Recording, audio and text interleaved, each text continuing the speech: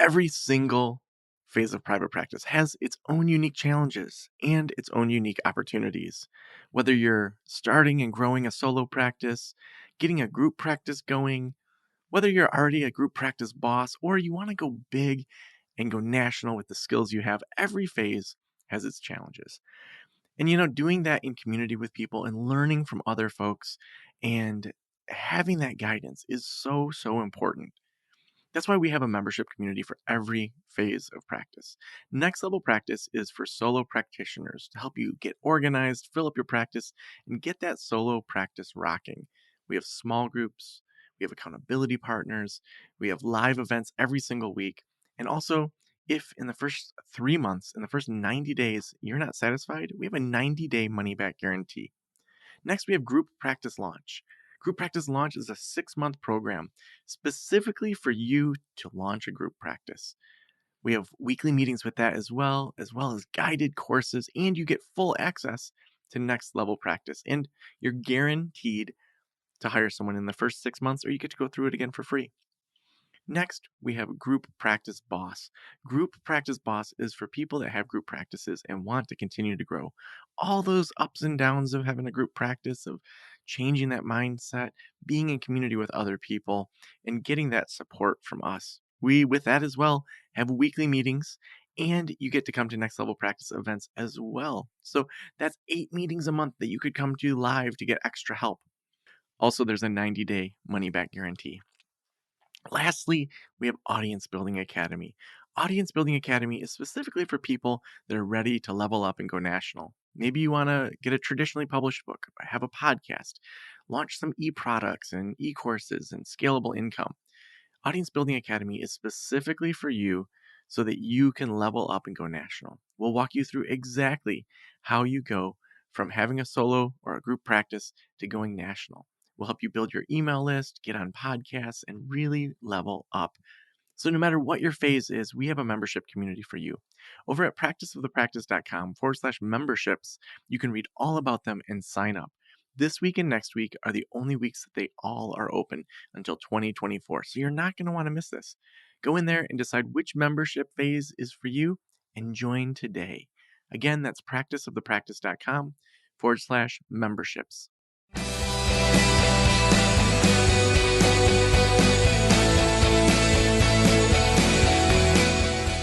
This is the Practice of the Practice podcast with Joe Sanok, session number 913.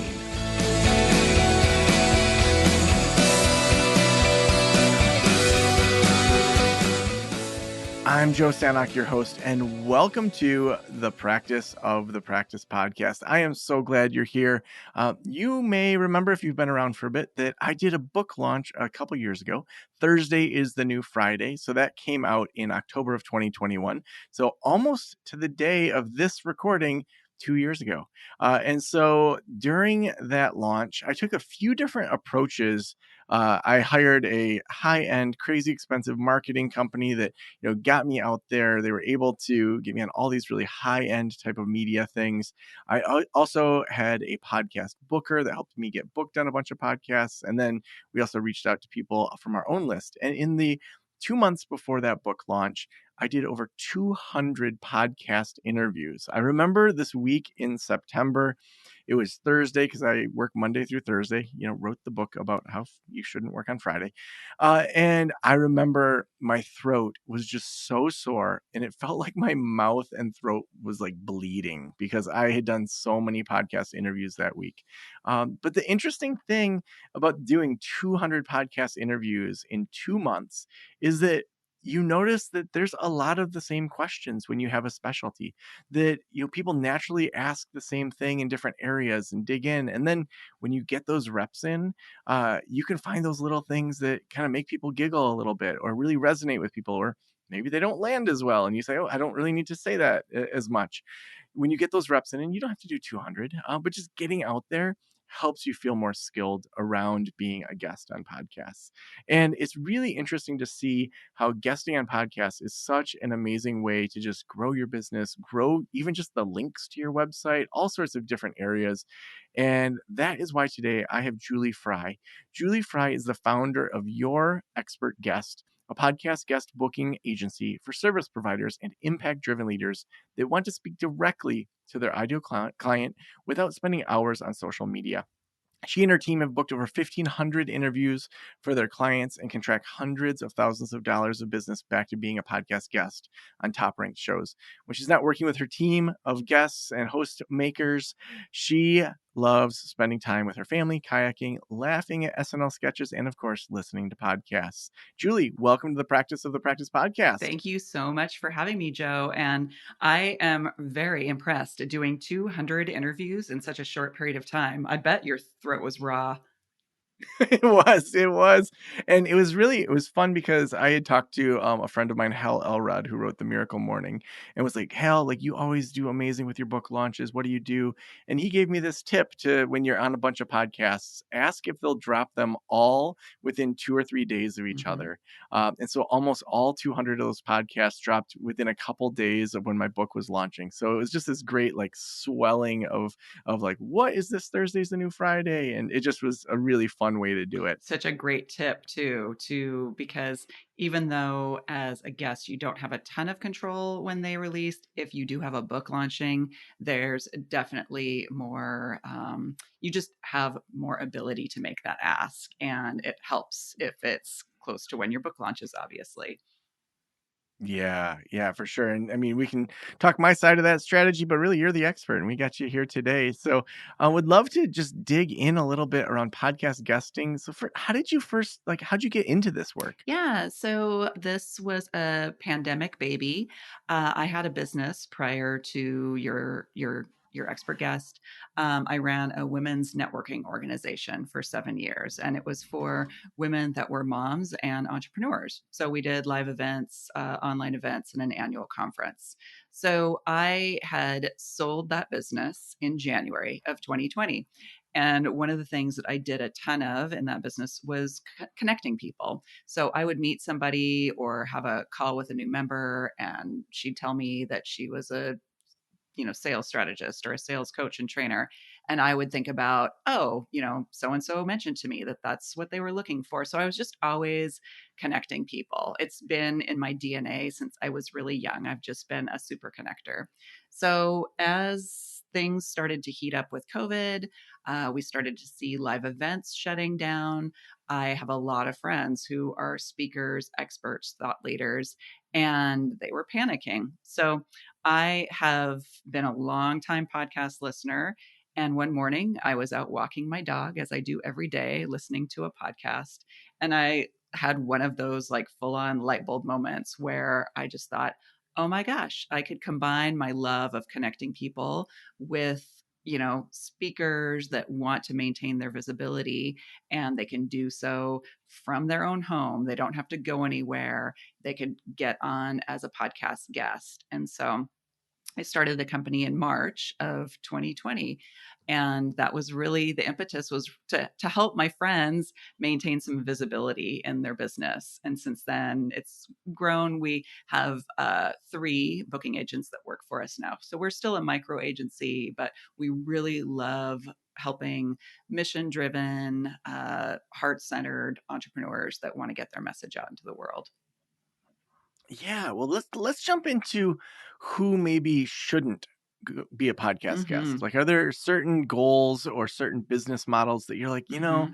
it's probably not the first or even the seventh thing you should do. If you really want to, you can, but like, it's probably not going to be a great return on investment for I you. love this question because there's so many people that are selling programs and telling people why they should. And I am a big fan of letting people know when, hey, this might not be the right strategy for you. So, number one, I would say if you are a brand new business owner, brand new to building your practice, and you're still kind of laying the foundation for a successful business, maybe your revenue isn't consistent yet, this is not the time to be podcast guesting seriously, because you're concentrating on building a foundation for your business. So we generally don't recommend it for brand new business owners. If you've been in business for less than a year, let's just get everything set up first so that you can get get successful with that piece. Secondly, if you are a local business owner versus serving more of a national or a larger regional clientele, um, there are definitely podcasts that are local and serve a local audience. We have many here in Seattle that are focusing on business owners or people doing interesting things in a variety of spaces, but they are harder to find. So that I wouldn't necessarily make it your primary marketing strategy if you are only dealing with local clients. Um, Thirdly, if you don't have a marketing budget and want to hire an agency to do it for you, it's just like PR or hiring out social media marketing. You know, there's a expense to it, and it's a long-term game. I always say it's a marathon, not a sprint. So that would be something I would advise against if you were looking to hire someone to do it for you. That being said, there are definitely ways to find podcasts on your own and pitch yourself as a guest that make it a lot more cost effective. So it's just a matter of your time that you spend doing the pitching and finding the right fit shows for you.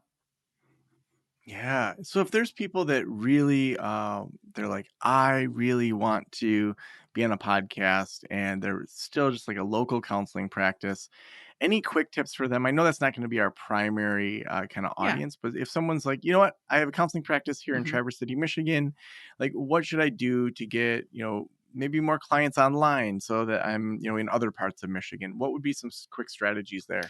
To find local podcasts.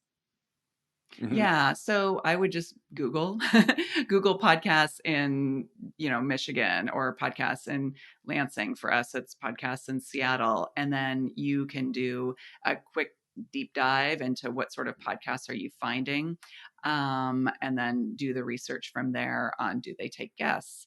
What are they talking about? Is the podcast still active? Nothing is worse than when you find a podcast that looks like it's the perfect fit, and then you see they last published an episode in 2021.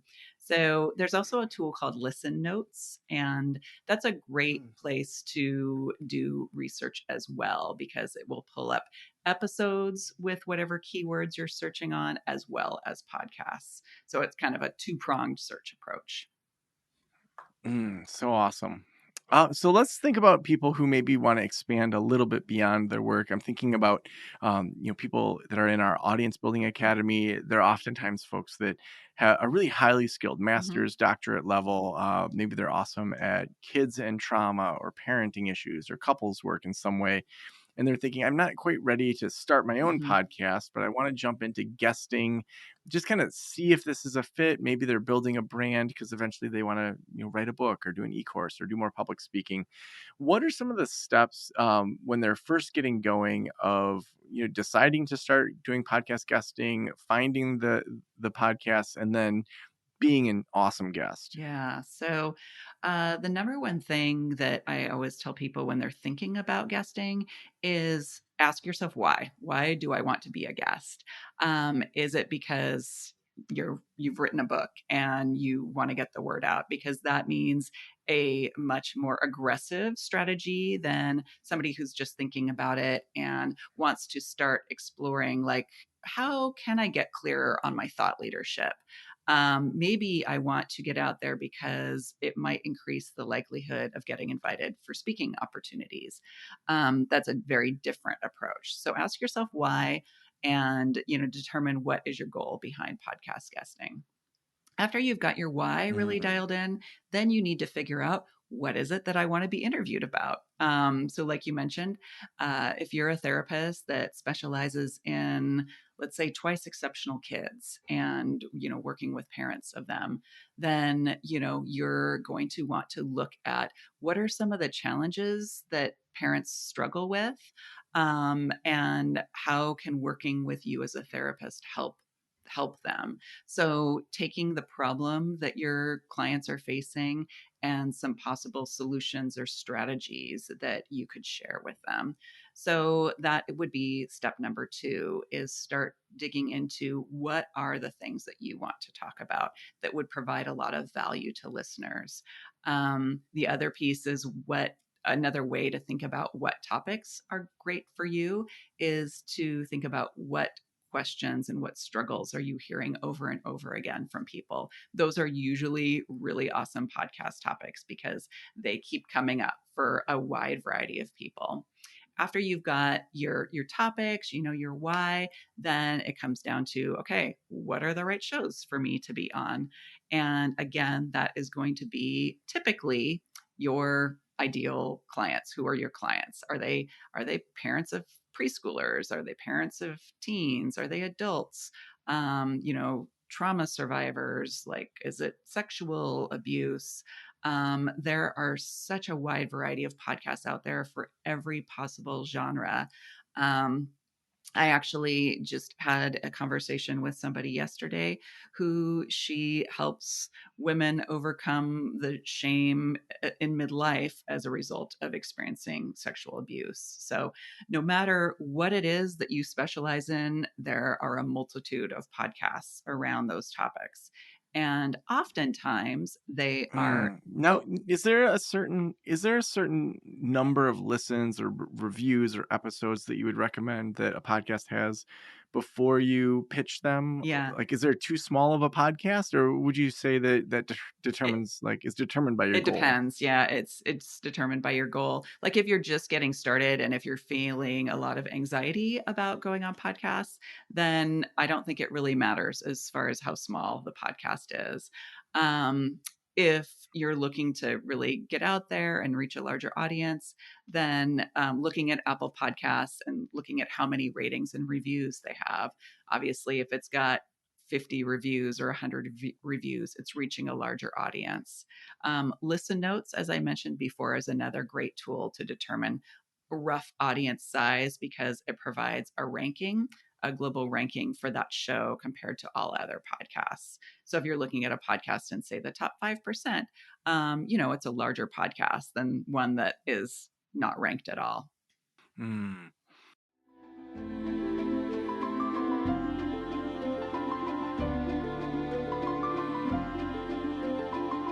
As a therapist, I can tell you from experience that having the right EHR is an absolute lifeline.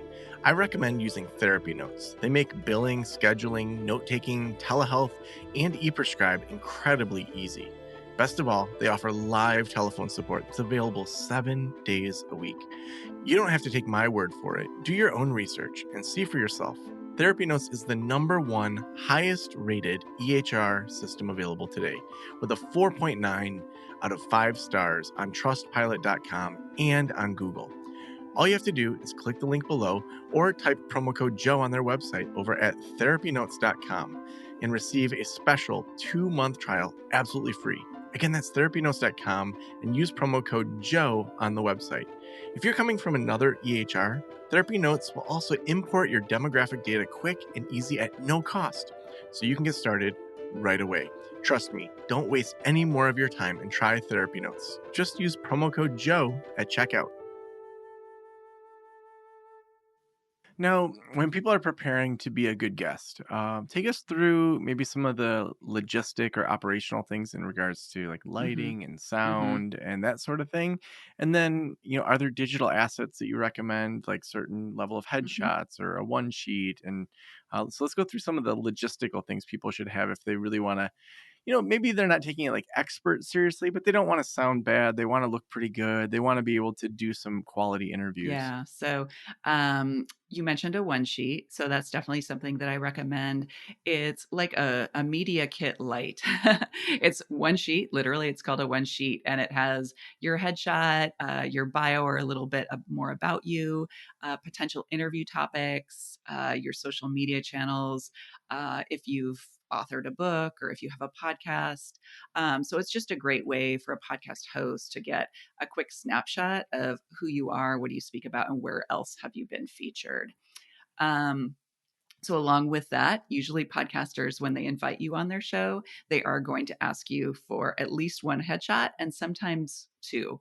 So, I would invest in having some good quality headshots. That really helps. In terms of the tools, so when you go on almost any show, they want you to have an external mic, and you can find really good ones on Amazon for less than $100 that will literally just plug into your monitor. You upload the software, and you're ready to go. And then your earbuds from your cell phone will usually do the trick. You can also invest in some over the ear headphones, but having those noise canceling headphones is also really great if you've got a barking dog or the garbage truck comes by. Usually it cuts out most of that noise.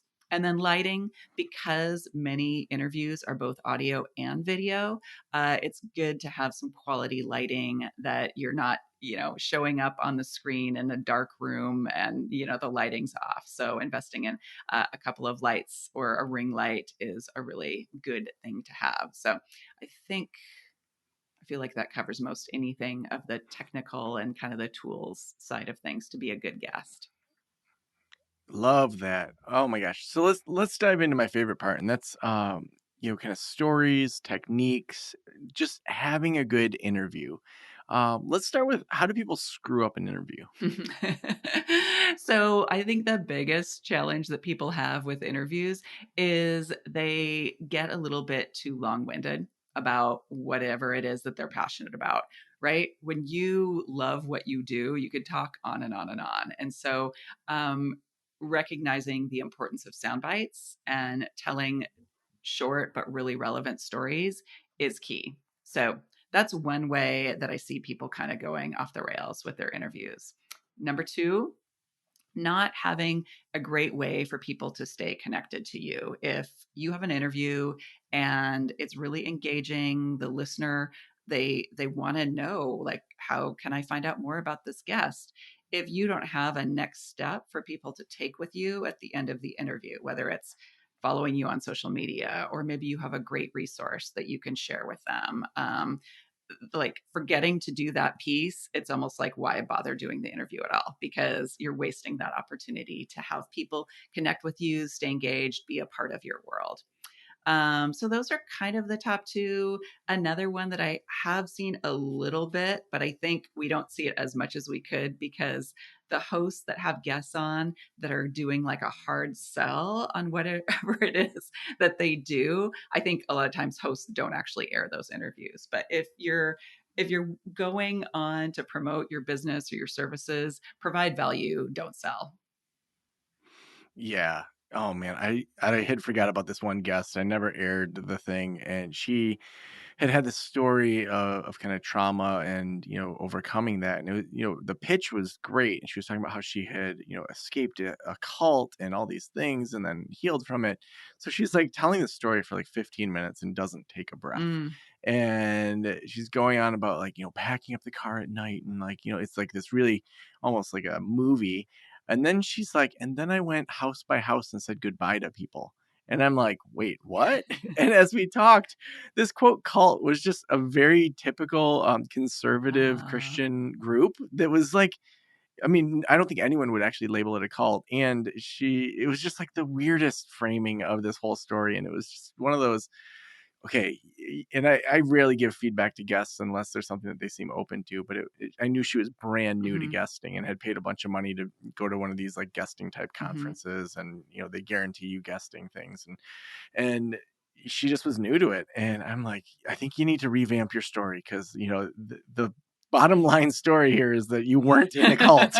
like and you walked around and said goodbye to people. Like, I have no doubt you have trauma from it. I have no doubt that your stories are valid, but you definitely want to work on Yeah. reframing it.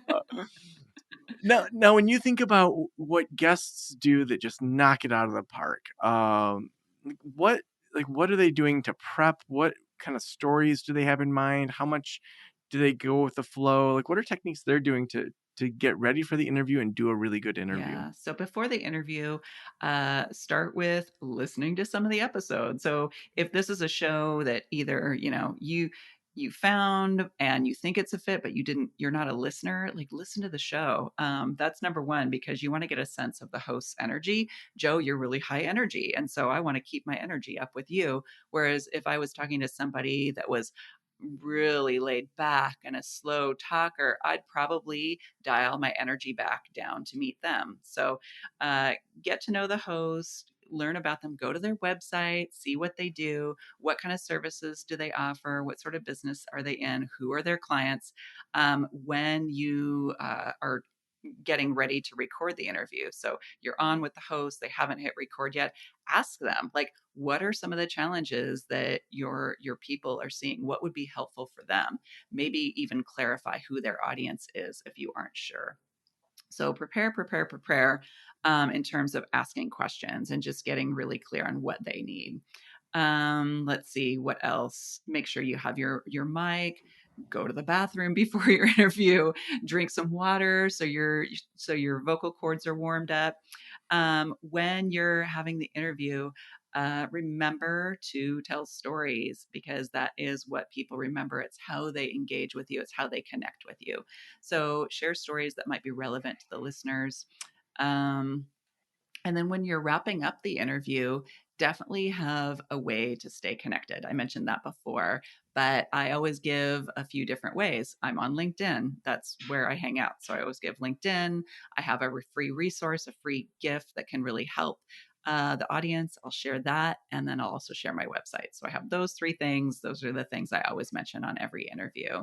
And then this one goes missed a lot, especially if people are doing a lot of interviewing, is stay connected to the host. How can you be a resource for them at the end of the interview? Ask them, like, hey, are you looking for guests for your show? Like, what kind of guests are you looking for?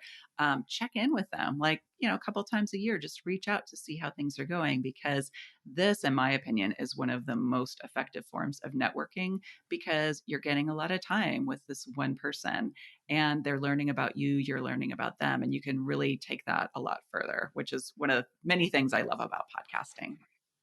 Hmm. Yeah, I've heard many a time that the fortune is in the follow-up. Totally. And really, when I think about the people that have been guests, three times over, a 5-year period of time, it's like I dig in deeper and deeper each time with them, and I trust them more. And if I'm looking for joint ventures, or we're looking at doing a conference together or something like that, I'm way more likely to do that if I've known a person over Mm-hmm. time, and they're not just a flash in the pan. Because there's like lots of people that they do a great podcast interview, and then 3 months later they've changed their direction, Yeah. or they aren't doing it anymore. And so that even just that longevity piece for me, and that follow-up piece is so fun. Even just today, I was doing this consulting call with somebody, or a pre-consulting call, that had worked with us several years ago to start a group practice, and she's rocking out her group practice, and she's circling back, and it's just, even that follow-up within business is so important. It is. It Now, is. Yeah. It's part of what makes I it want fun. I want to dig in a little bit more into Mm-hmm. stories, because I remember it was years ago. I was reading, I think it was Carmen Gallo's Talk Like TED, or maybe it was his Storyteller's Secret. It was one of those two. Those are like I always recommend them to people that are looking at doing public Mm-hmm. speaking. And there were two things that he had mentioned: that New York Times bestselling authors in nonfiction almost always have 40% story or case study, 40% science analytical, and only 20% like, here's what you should take away from it. And the same formula also they see in the top 200 TED Hmm. Talks. And he was talking about how stories in your brain, if I'm telling you a story about, like, just recently I was at Glacier National Park, and I had a thing where I accidentally sprayed my face with some bear spray, and I could go into this whole story that would take up the next 10 minutes. And it doesn't matter, but it would be an interesting story. But say I tell that whole story, the part of my brain that lights up, your part of your brain as the listener lights up in those exact same regions. It's called neuromirroring. Mm-hmm. And so I loved that idea that, as we tell stories, that evolutionarily we are pairing brains with these people, Mm-hmm. that are telling the story. When it comes to stories, what are techniques? Like, are there lists of the types of stories that people should just have memorized, or have a go-to story list? Like, how do you think through stories when you're coaching people to be amazing guests? Yeah, well, there's really, when it comes to guessing, two types of stories that we find to be most effective. And it depends on the interview. So here I'm kind of having a more technical conversation with you about podcast guesting. But sometimes I'm on podcasts where it's a little bit more about my own personal journey, where I have chronic lymphocytic leukemia. So I live with cancer. I have for 9 years now. And it's a big roller coaster of a story. I've also experienced very severe depression. And so when I'm on interviews and I share a little bit about that, it it makes me more human, and people that have maybe gone through similar things or they know someone who have, they can really connect with me on a deeper level. When it comes to when you're on more of a how to podcast, definitely sharing stories of your clients and their transformations. Those are really impactful stories because, again, we as humans, we learn through stories. And when you hear about somebody else's personal journey and where they started, what they went through, and what the outcome was, it is just the term you used, neuromirroring. It really is a way to kind of light up your brain and have you engage and want to learn more from that person. I love that. Yeah, I think that just that idea of like what is the type of podcast, knowing that going into it and then growing from there. Hmm. Well, the last question that I always ask is if every private practitioner in the world were listening right now, what would you want them to know? Such a great question. So mine is really like everyone who is listening has a story to share. And the world needs to hear it. So I would really encourage you through whatever medium you feel comfortable with, whether it's the written word, whether it's speaking, or whether it's being a guest on podcasts, to get out there and share your story. So awesome. And if people want to connect with you, if they want to get your freebie, you have a free checklist for folks. Maybe tell us a little bit about that and how they can connect with you if they want to get some help being a Yeah, guest. for sure. So I'm on LinkedIn primarily, and I'm Julie Fry, like the food, French fry, not like the boot. And then in terms of the checklist we have, so it's called How to Be the Best Podcast Guest Ever checklist. So we run through what to do before, during, and after the interview. And you can grab that at yourexpertguest.com/checklist. And if you want to check out our services, both the done for you podcast guest booking, as well as we can create a list to help you find podcasts to be the perfect guest. Our website is yourexpertguest.com. So awesome. Well, Julie, thank you so much for being on the Practice of the Practice podcast today. Thank you so much, Joe. It was a pleasure.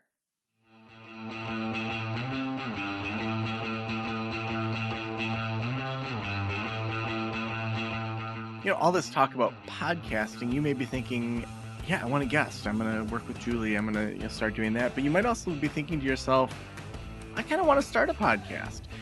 We haven't for a long time really talked about Podcast Launch School. But over at podcastlaunchschool.com, that's a whole arm of Practice the Practice that is dedicated to helping people launch podcasts. So we have done for you services where we do everything to help you launch the podcast. You get consulting, you get team support, all of that. We also have Podcast Launch School, which is our course that walks you through exactly how to do it yourself. It's all self-paced. You get tons and tons of teaching around how to launch your podcast. And then if you already have a podcast, we do have monthly podcast management. And so we'd love to chat with you more over at Podcast Launch School. One of our members of our podcasting team will talk with you and help you figure out what would be best for you if you're thinking about launching a podcast. So that's something we haven't really pushed a whole lot on the show. We've been doing a few other ventures, but since we're talking podcast guesting, why don't you all go start some awesome podcasts, and then you can get some guests on your show as well. Well, we couldn't do this show without our amazing sponsors, and today's sponsor is Therapy Notes. Therapy Notes is the best electronic health records out there. They are so much better than the competitors. We have a direct pipeline to the IT team, to the marketing team, to give them ideas as to what we think needs to change within it. And our members are sending us ideas all the time that we pass on to that team, and a lot of that gets implemented really quickly because of what you need. And if you are switching from a current EHR, they will switch you over totally for free, move all that client data over, do it in a HIPAA compliant way, sign that business associates agreement, all of that to make it just easier on yourself. And if you don't have a way to automatically schedule get all those things going, like telehealth, you really got to have a system like Therapy Notes. So head on over to therapynotes.com. Use promo code Joe at checkout so that you can get a couple months totally for free. Again, that's therapynotes.com. Check out, use code Joe. Thank you so much for letting me into your ears and into your brain. Have a great day. I'll talk to you soon. Special thanks to the band Silence is Sexy for that intro music, and this podcast is designed to provide accurate and authoritative information in regard to the subject matter covered. It is given with the understanding that neither the host, the producers, the publishers, or guests are rendering legal, accounting, clinical, or other professional information. If you want a professional, you should find one.